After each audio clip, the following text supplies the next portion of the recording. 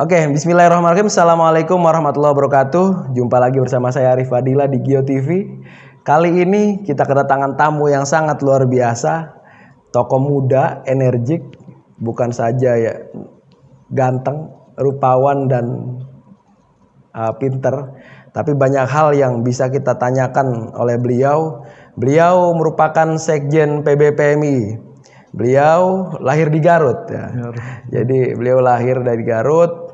S1 sih di Ciputat, mantan ketum PMI Cabang Ciputat juga, hari ini sebagai Sekjen PBPMI. Hari ini kita kedatangan sahabat Muhammad Rafsanjani. Selamat datang, Tum. Selamat datang, Tum Arif. Saya biasa manggil ketum juga Arif karena beliau mantan ketua umum Kompak Sahum ya. Jadi kalau dulu saya jadi ketua Kompak Sahum, Tum Rafsan jadi ketua cabang ya, tetap di bawah perintah Tum Rafsan.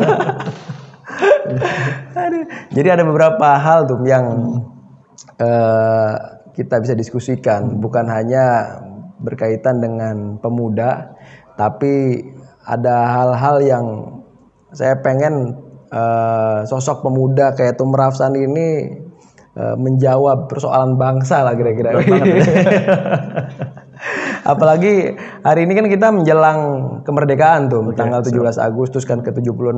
Ini ada hal-hal yang berbeda dengan tahun-tahun sebelumnya. Kalau tahun sebelumnya kita bisa merayakan, ada lomba-lomba dan sebagainya, hari ini kita ditertibkan dengan PPKM dan sebagainya kan yang tak kunjung selesai, entah PPKM level 1 sampai 4 atau yang lainnya gitu.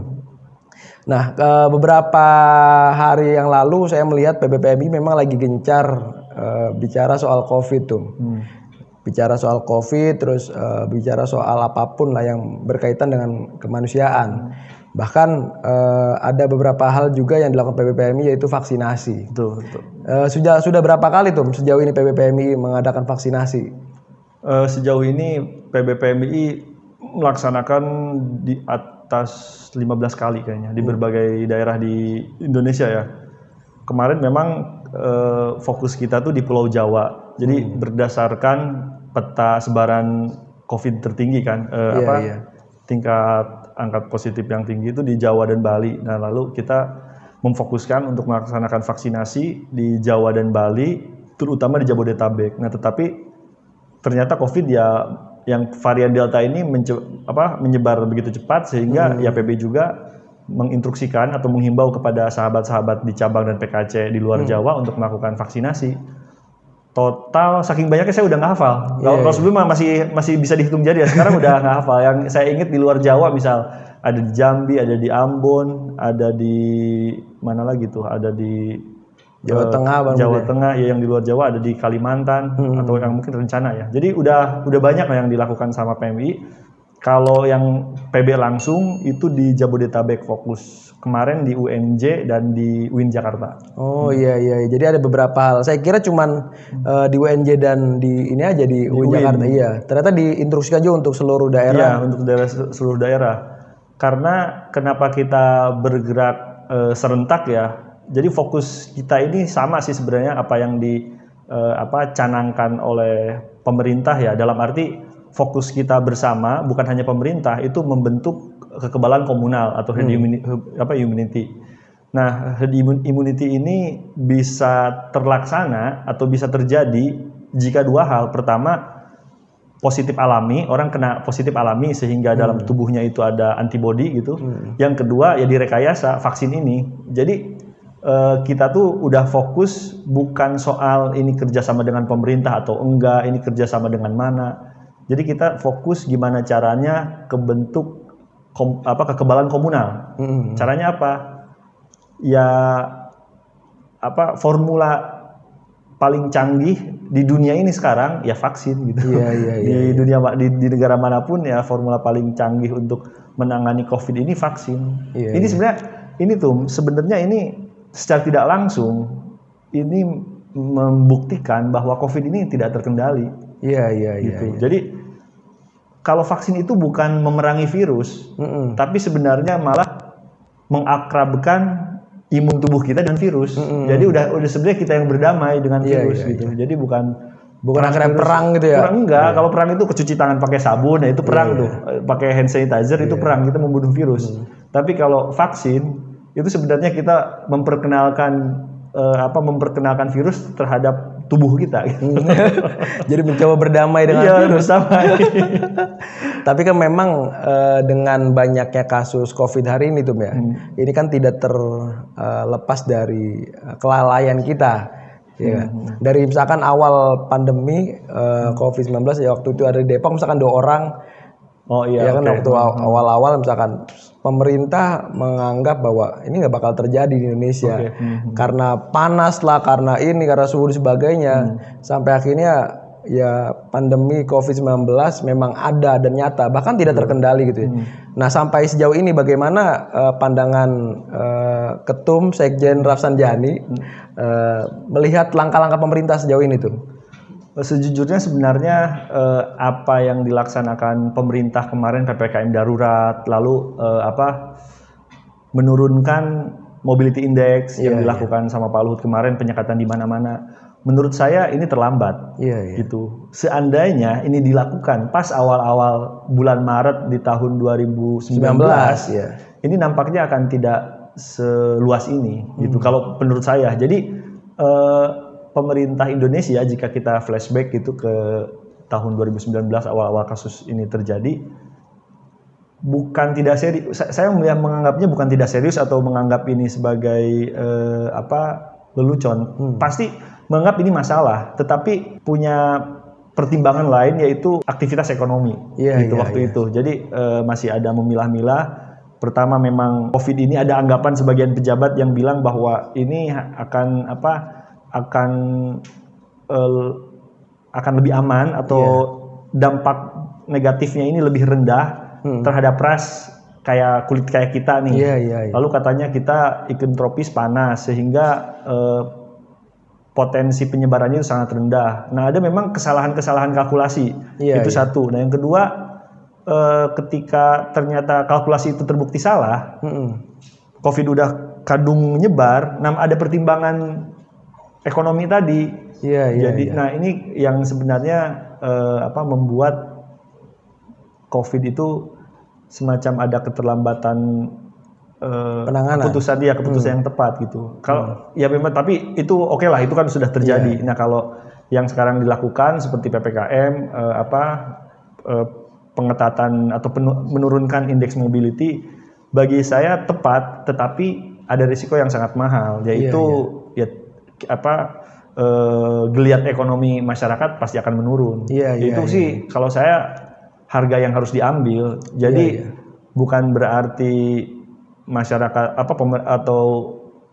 dalam hal ini pemerintah melakukan penurunan mobility index itu bukan berarti nggak pro pedagang kaki lima dan lain sebagainya, tetapi ya untuk kesehatan bangsa. Karena kan masalahnya gini tuh, nyawa itu bahasa kalkulasi terbuluk nyawa ini kan nggak bisa dibeli, meskipun pedagang itu dapat profit berlipat-lipat. Jadi menurut saya harus diambil prioritas pada akhirnya. Ini prioritasnya mana nih? Mana ekonomi, mana kesehatan. Tanpa dengan menanggalkan salah satu tapi harus ada prioritas. Nah, menurut saya prioritas sekarang ini ya sejatinya ekonomi. Kesehatan. Kenapa? Karena daya sebar varian Delta ini sangat cepat gitu. Ini masalahnya membentur dengan kapasitas rumah sakit kita yang rendah, nakes kita yang jumlahnya per 1.000 penduduk itu rendah juga. Kalau nggak salah terendah di ASEAN ya. Belum lagi nakesnya ada sebagian yang udah wafat gitu. Nakes itu kan yang jadi korban bukan hanya nakesnya, tapi keluarga nakes.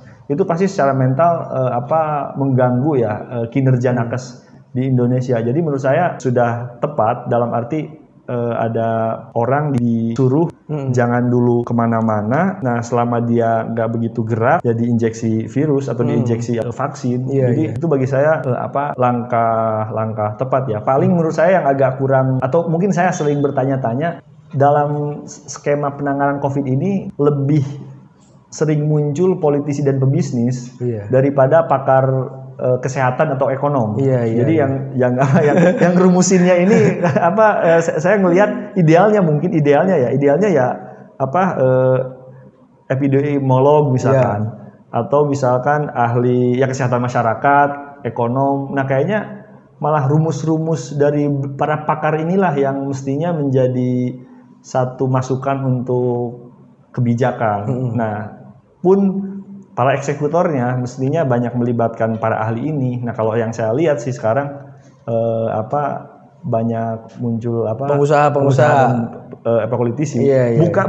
Bukan berarti itu bermasalah, bukan. Iya, Tapi yang pertama potensi konflik of interest gitu. Iya, Yang kedua mungkin ngasih sesuatu ngasih tugas ke orang yang bukan ahlinya gitu. Saya bukan berarti meng-underestimate mereka semua, enggak, tapi kayaknya kurang ada porsi yang lebih deh untuk para pakar gitu. Iya. Kan banyak tuh guru besar tuh di UI, di UGM, di mana tuh. Masa Kalau mereka yang dilibatkan ngerti, semua gitu iya, ya? masa mereka yang nggak ngerti nggak dilibatin kan?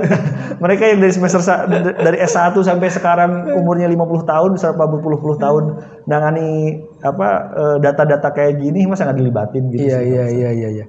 Tapi kalau misalkan ini kan ada level 1 sampai level 4 tuh ya. Bahkan dari mikro misalkan atau PSBB mikro sampai akhirnya ada darurat sampai level 1 2 3 4. Ketum sendiri ini nggak sih kayak kerasa nggak sih perubahannya gitu?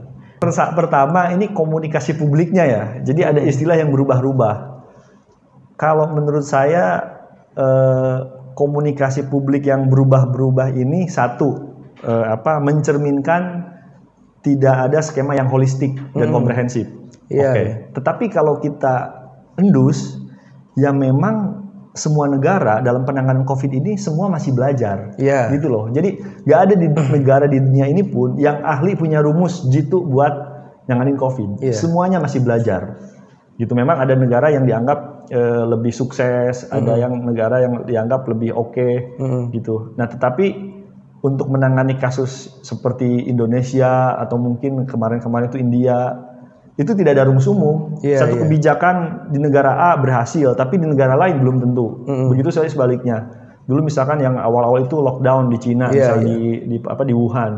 Nah itu ketika diduplikat atau dicoba diaplikasi di Italia, ternyata itu nggak ngefek. Nah jadi nggak ada rumus baku, nggak ada rumus umum, sehingga pemerintah dimanapun itu menangani ini masih dalam proses belajar gitu, nggak ada rumus umum. Nah, itulah yang kita saksikan kenapa perubahan istilah, terus bahkan perubahan kebijakan.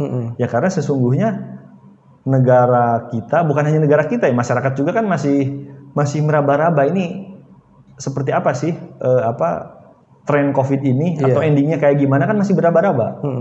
Apalagi sekarang katanya ada yang lebih ganas daripada varian Delta, yang varian awalnya dari Amerika Latin itu. Lebih kacau lagi katanya, lebih daya tularnya lebih cepat, lalu lebih mematikan. Lebih kacau lagi kan ini. Apalagi udah masuk ke binatang juga kan, ke macan. Ke macan ya. Ada yang nengok kan kemarin di Ragunan.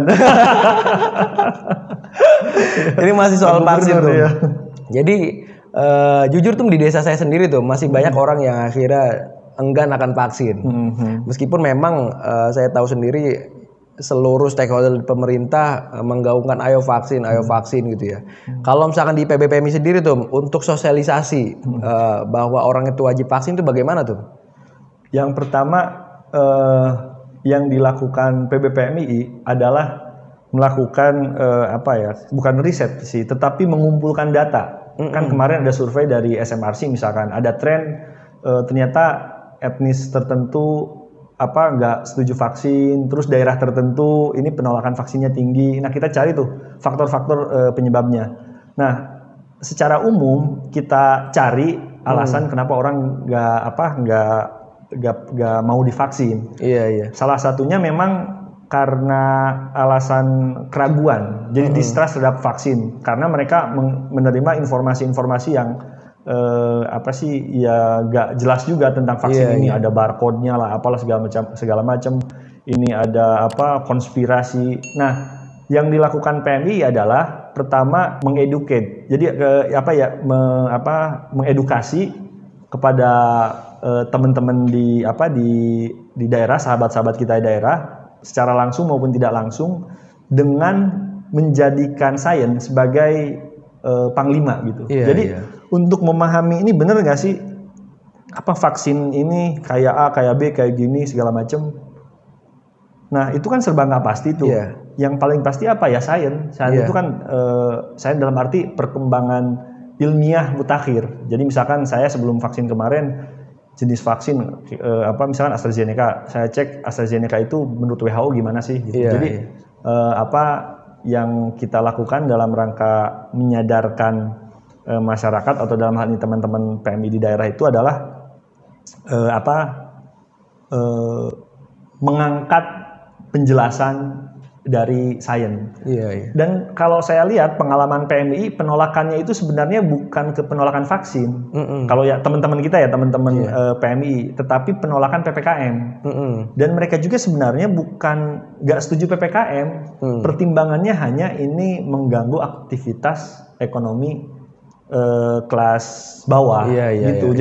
Jadi mereka menolak PPKM tidak sama dengan dia menolak vaksin gitu. Alhamdulillah kalau teman-teman kita di daerah-daerah itu percaya bahwa virus itu ada, percaya bahwa vaksin itu berguna gitu.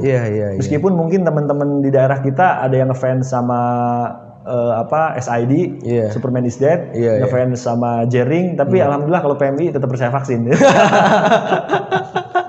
Tapi agak nggak percaya sama PPKM aja, agak menolak itu. Bukan nggak percaya juga, dia teman-teman tuh ngerti bahwa PPKM itu tepat, tetapi mereka tuh sense of humanity-nya keluar ketika ngelihat pedagang nggak bisa jualan gitu. Terus warteg nutup gitu. Jadi mereka melihat dengan mata kepala secara langsung di depan hidung ada penurunan aktivitas ekonomi masyarakat. Mereka hanya menyuarakan dari sound from the corner itu, menyuarakan bahwa ini loh orang-orang nggak bisa jualan, ada teman-teman yang punya kafe jadi jualan, nggak bisa jualan, bukan berarti nggak percaya vaksin. Alhamdulillah sih teman-teman kita lebih canggih lah, lebih aware lah daripada Jering. Kalau soal PPKM kan kalau kemarin berarti bukan hanya sahabat-sahabat PMI saja yang akhirnya melihat warga yang secara ekonomi dari tengah ke bawah lah katakan ya. Kan ada Dinar Kendi juga kemarin mungkin barangkali ya akhirnya dia protes lah terhadap PPKM bahwa ini kan perpanjangan terus gitu loh. Nah, ini tuh jadi memaknai kemerdekaan. Memaknai kemerdekaan. Hari ini kita hampir berumur 76 tahun tuh. Tinggal menghitung hari gitu. Tinggal menghitung hari. Sejauh ini tuh kira-kira bagaimana sebenarnya problem yang ada di Indonesia tuh. Dengan umur 76 tahun ini udah cukup tua tuh. Problem yang ada di kita apa biasa tuh? Jadi kalau cara terbaik untuk mereview 76 tahun kita merdeka, kita harus melihat tujuan Republik ini didirikan 76 tahun yang lalu gitu. Nah, ini ada istilah yang bagus dari kalau nggak salah ada intelektual Muhammadiyah, dia bilang ada Indonesian Dream atau mimpi para pendiri bangsa lah kira-kira bahasa harfiahnya atau ide para pendiri bangsa atau harapan para pendiri bangsa akan Indonesia yang mereka bangun dan bentuk 76 tahun yang lalu. Nah, jadi cara terbaik itu kayak gitu. Sama seperti LPJ misalkan. LPJ di sebuah persidangan itu kan cara terbaiknya itu melihat dengan kacamata rancangan sebelumnya gitu. Nah, Indonesia ini dulu harapannya seperti apa sih gitu. Ketika didirikan, ya salah satu yang paling gampang itu misalkan ada upaya agar bangsa Indonesia ini bangsanya pinter, ekonomi sejahtera, adil dan makmur dan lain sebagainya. Nah, kita cek nih, sekarang sudah terjadi belum? Nah, saya meyakini ada yang telah terpenuhi dan ada yang belum. Nah, yang belum inilah tugas kita generasi muda. Nah, makna kemerdekaan ini kan kalau dicek coba di KBBI itu kan merdeka ini kan artinya kita bebas dan independen menentukan diri kita sendiri gitu sebagai entitas bangsa. Nah, kebebasan ini dalam teori ilmu sosial itu kan ada kebebasan positif dan negatif nih. Jadi ada bebas untuk dan bebas dari gitu. Jadi kita bebas dari penjajahan. Lalu bebas untuk memilih apa. Nah, itu kebebasan. sebagai bangsa. Nah kayaknya bebas darinya udah tuh. Iya. Secara yang kasat mata ya, bebas dari penjajahan yang nampak dan kasat mata udah. Nah tetapi apakah bebas dari istilahnya apa ya, neokolonialisme gitu, yang lebih sistemik dan kan nggak kelihatan sama mata. Nah ini kita perlu cek gitu. Ini hal-hal lain lagi ya. Tetapi itu tadi bahwa kebebasan darinya itu penjajahan secara langsung itu alhamdulillah kita udah bebas. Tumarip kan sekarang udah bisa jalan lari-lari di Menteng tanpa ada takut mortir atau company nembak kan nggak takut. Tiba-tiba kan? tank baja. Enggak kan, itu udah bebas banget lah gitu. Lalu misalkan bebas untuk bebas untuk atau bebas kita menentukan pilihan. Sekarang apalagi pasca reformasi kan kita lebih independen lah, kita bisa bikin kayak gini kan. Tadi nyinggung-nyinggung agak bukan mengkritik sih, menilai sebagian kebijakan pemerintah yang tidak tepat. Misalkan yang tadi saya sampaikan soal pelibatan pakar yang kurang. Kalau dulu mungkin zaman Orde Baru channel YouTube Gio udah di ban mungkin, kemarin di penjara. Kalau sekarang kan udah ada kebebasan. Jadi sebagian cita-cita kemerdekaan itu telah terlaksana. Nah, tetapi kita jangan cepat puas bahwa ini belum memenuhi semua yang para founding fathers cita-citakan. Contohnya misal kedaulatan. Dulu misalkan kita cek salah satu mimpi para pendiri bangsa itu bahwa Indonesia itu harus benar-benar berdaulat. Berdaulat dari segi ekonomi, budaya, dari segi politik gitu. Nah, sekarang ini kan susahnya memang kalau kita mau pakai istilah yang agak bernuansa konflik ya, musuh kita itu musuhin bangsa Indonesia ya, itu tidak terlihat. Jadi kalau dulu mungkin gampang kedeteksi, misalkan musuhnya siapa ya, penjajah gitu, jelas kelihatan kasat mata. Nah kalau sekarang ini lebih repotnya ini nggak kelihatan. Nah jadi PR-nya ya semakin sulit. Jadi bangsa kita itu susah mendefinisikan siapa sih yang harus kita lawan gitu, atau siapa sih yang mengganggu siapa sih yang mengganggu realisasi Indonesia Raya ini siapa? Betul. Gitu. Dan bahkan sekarang mungkin yang menghambat itu malah justru dari elemen bangsa kita sendiri. Gitu. Betul. Nah ini yang menjadi PR. Nah kalau saya lihat ke generasi muda ya, ke konteks generasi muda. Sekarang ini kan semakin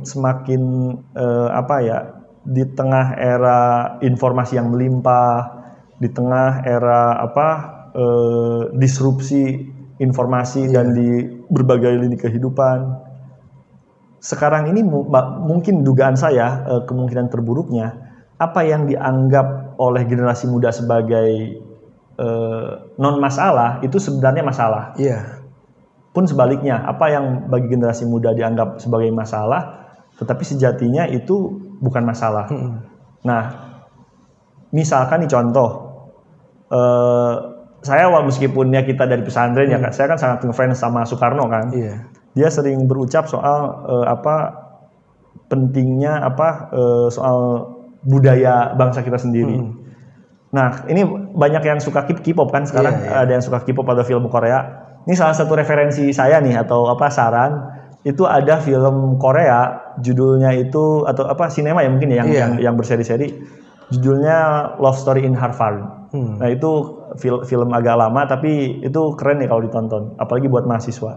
Nah di awal film itu jadi ada orang Korea ke Amerika, dia bilang di salah satu petikannya itu kira-kira bahwa gua ini belajar ke Harvard ke Amerika waktu itu dia di pesawat. Ini ya untuk negara gua karena sekarang ini lagi terjadi perang budaya antara negara gua dan negara yang lain. Nah, jadi kesadaran semacam itu mestinya ada tuh di anak-anak muda bahwa ya sekarang ini ada perang budaya atau ada perang ekonomi yang secara tidak langsung gitu. Jadi misal yang paling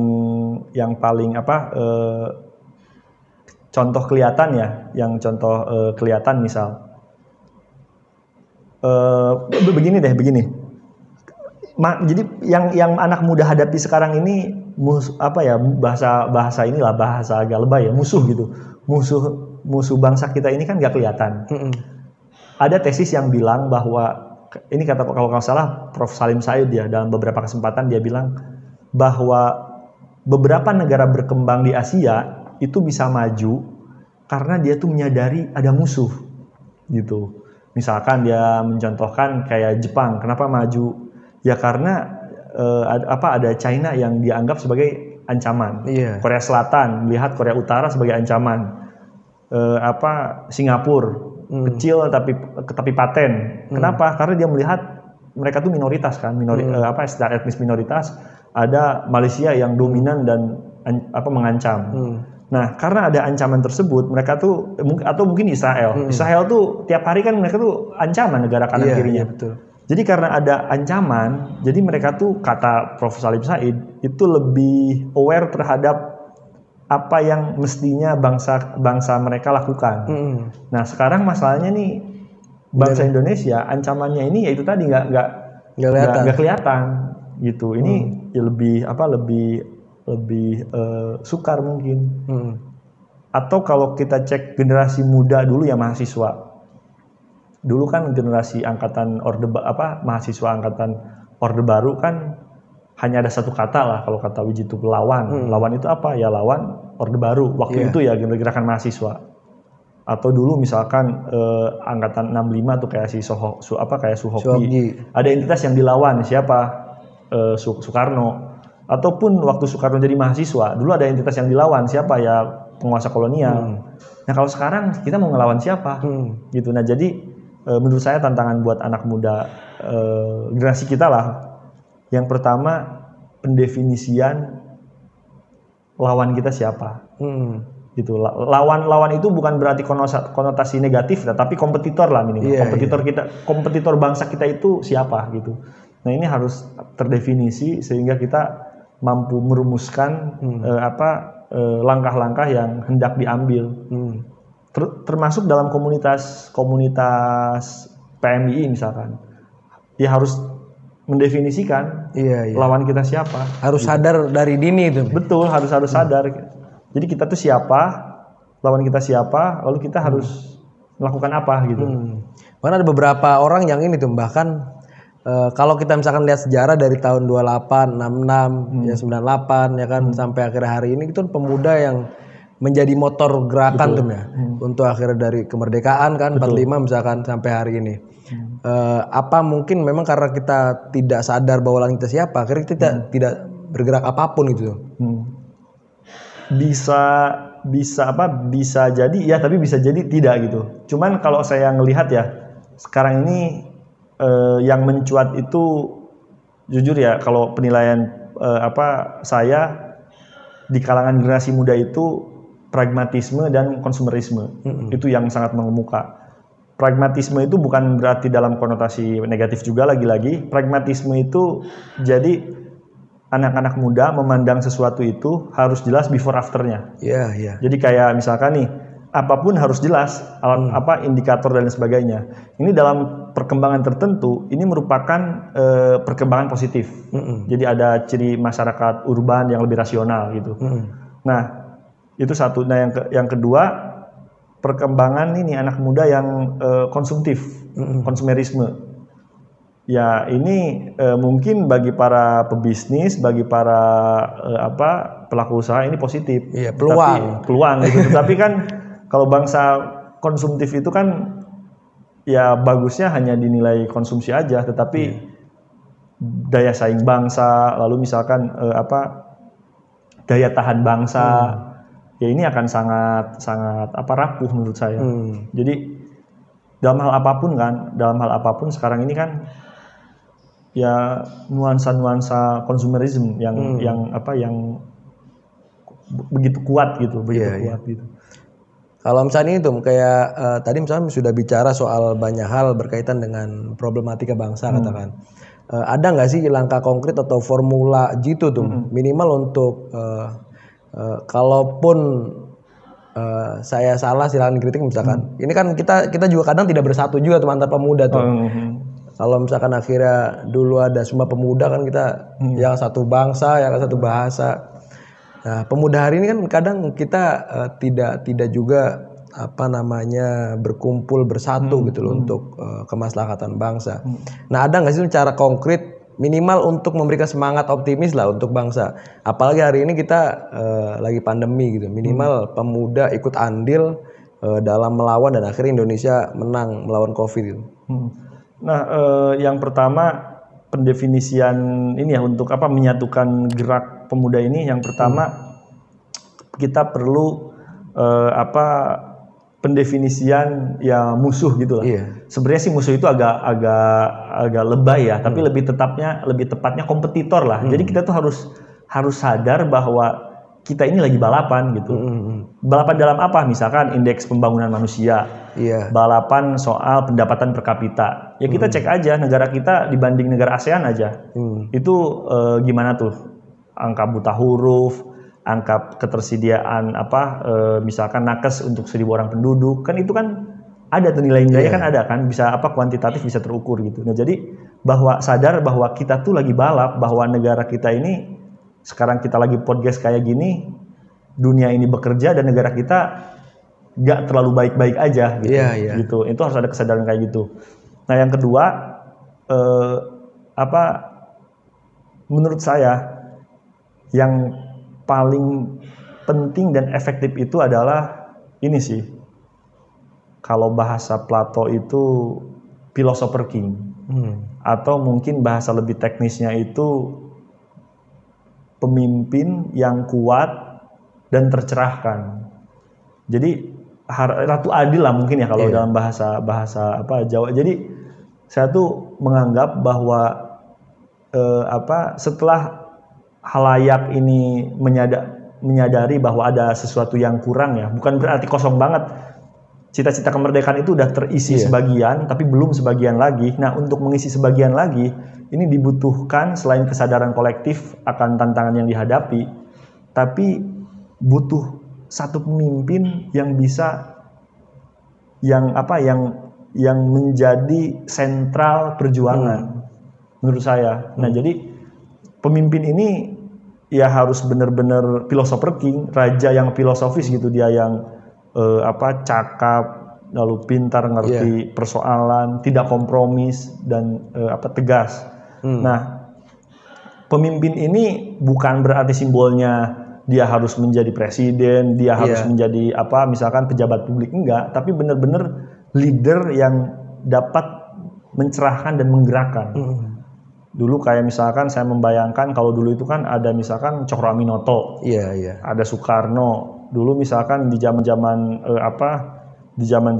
Orde Baru ada tokoh-tokoh seperti Gus Dur, Cak Nur gitu. Jadi ada lokomotif perubahan gitulah. Ada masinis dalam lokomotif itu.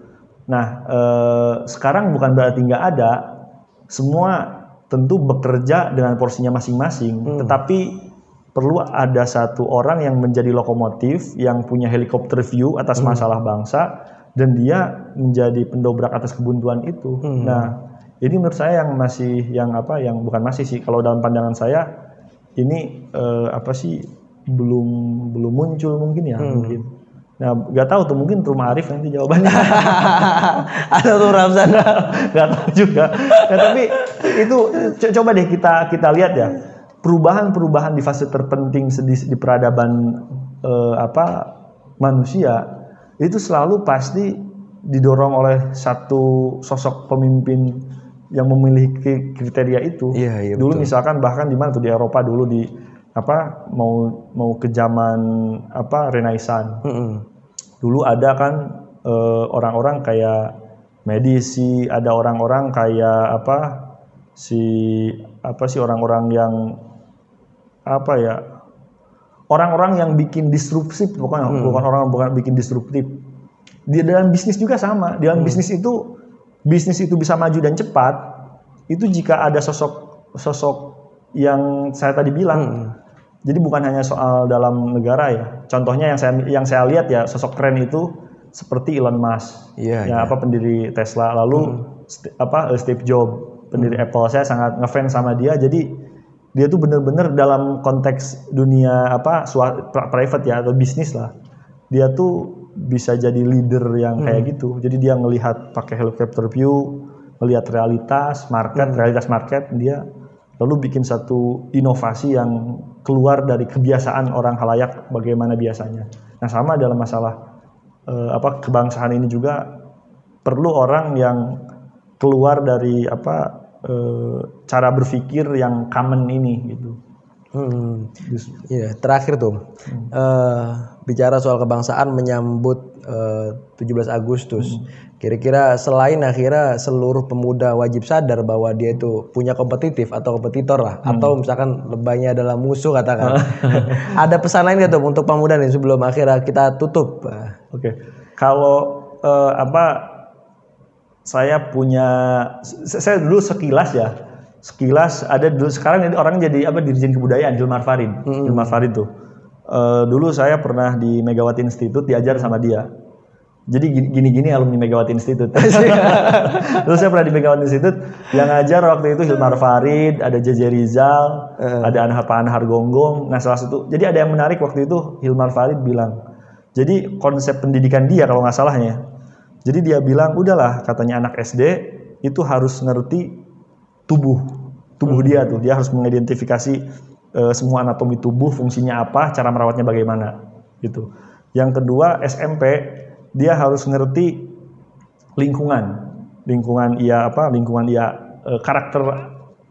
karakter alam. Misalkan di Arif orang Cirebon kan, Cirebon karakter tanahnya gimana, dia cocok ditanamin apa, suhunya rata-rata dari berapa derajat Celcius ke berapa derajat Celcius, cara bangun rumah di suhu dan kontur tanah kayak gitu kayak gimana. Nah, itu di SMP. Orang harus melihat lingkungan sekitarnya. Buah yang tumbuh di situ buah apa aja, sehingga yang ketika dia konsumsi itu akan memenuhi nutrisi gitu orang-orang di sekitar situ.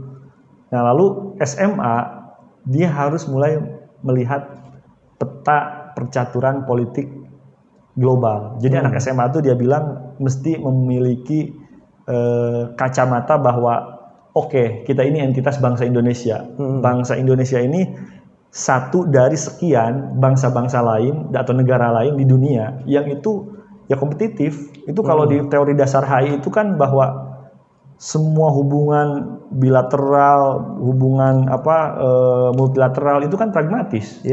Gitu. Hanya dilakukan hanya demi mencukupi kebutuhan bangsanya. Jadi perspektifnya itu sangat pragmatis. Nah, SMA itu orang tuh harus mulai memikir ke sana bahwa ada percaturan di dunia ini, ada percaturan ekonomi, ada percaturan politik.